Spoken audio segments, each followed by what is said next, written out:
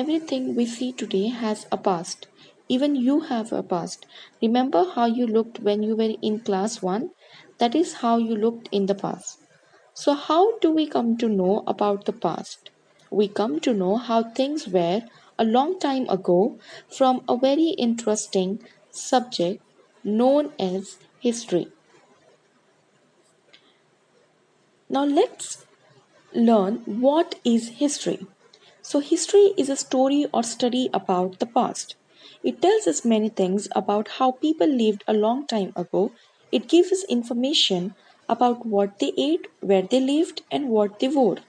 History also tells us about important events which took place in the past. We come to know so many things from history. So, today we'll be learning chapter number 2, learning about history. Now, in this video, you will see a dinosaur. And you might have seen this animal before. Long, long ago, dinosaurs lived on planet Earth. You may wonder how we know so much about these large animals, right? Well, their skeletons have been discovered deep under the ground.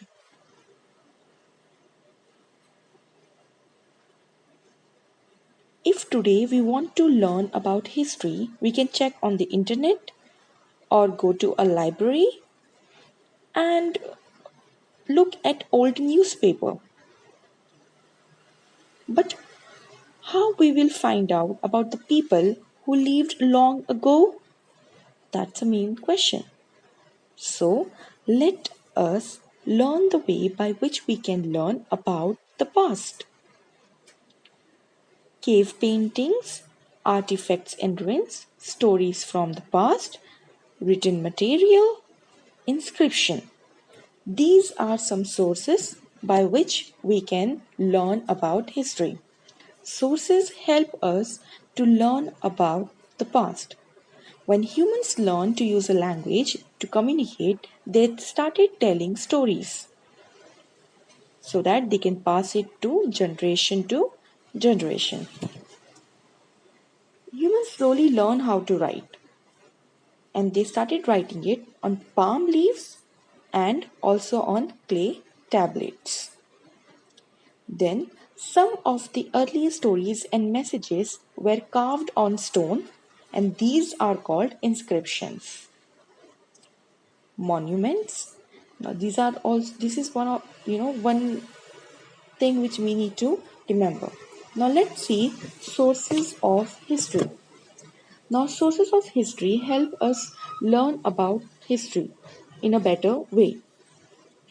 Sources can include weapons, paintings, utensils. We can understand history better with the help of historian and archaeologist. Historians study, research, and write history, while archaeologists dig the ground in search of coins, utensils, and find out things of the past. Okay, now let us know about the timeline. To study history, it is important to know what happened in the past. Besides this, it is important to know when did it happen. It is also important that when we study about events, we put all the dates, what happened on those dates in the correct order. To do this, historians used a scale called timeline. In the same way, you can make your own timeline. But what about a timeline of the history of the world which goes back to thousands of years that covers millions of people?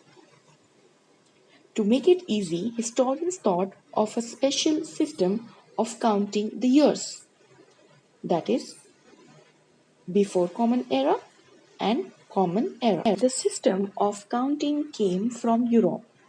The birth of Jesus Christ marks the beginning of the calendar. The years after his birth starts from 1 and have CE written after them. CE stands for Common Era. The years before the birth of Jesus Christ are counted backwards from 1 and have BCE written after them. BCE stands for before common error. On a timeline, BCE falls on the left and CE falls on the right.